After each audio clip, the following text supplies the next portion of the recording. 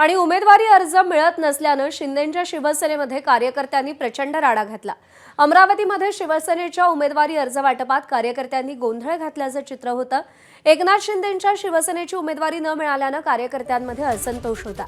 कार्यकर्त्यांमध्ये मोठा वाद झाला आणि धक्काबुक्की सुद्धा झाली।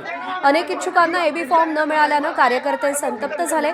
नामांकन अर्ज दाखल करायला आता अवघे काही तास उरलेले आहेत आणि त्या पार्श्वभूमीवर खास करून महायुतीच्या या सगळ्या इच्छुक उमेदवारांमध्ये प्रचंड नाराजी दिसते।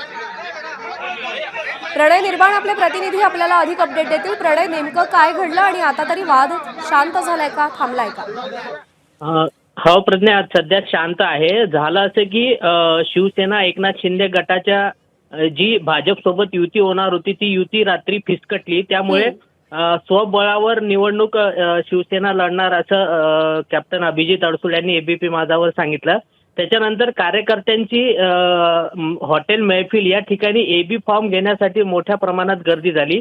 उमेदवारी मलाच मिळावी या आशयाने कार्यकर्ते खूप मोठ्या संख्येने जमा झाले। त्यामुळे तिथे कार्यकर्त्यांमध्ये खूप मोठा गोंधळ उडाला आणि एका प्रभागामधून 3-3, 4-4 उमेदवार आल्यामुळे एकमेकांमध्येच ते भिडले की मी उमेदवारी घेणार, मी उमेदवारी देणार, अशातच ती धक्काबुक्की झालेली आहे। परंतु आता सध्या पूर्ण शांत झालेला आहे। प्रणय, धन्यवाद दिलेल्या माहितीसाठी।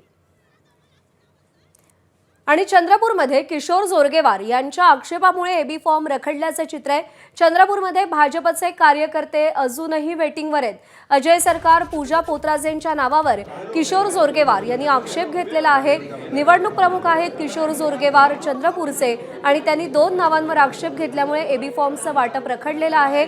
अजूनही इच्छुक उमेदवार वेटिंगवर असल्याचं चित्र चंद्रपूरमध्ये तरी पाहायला मिळतंय।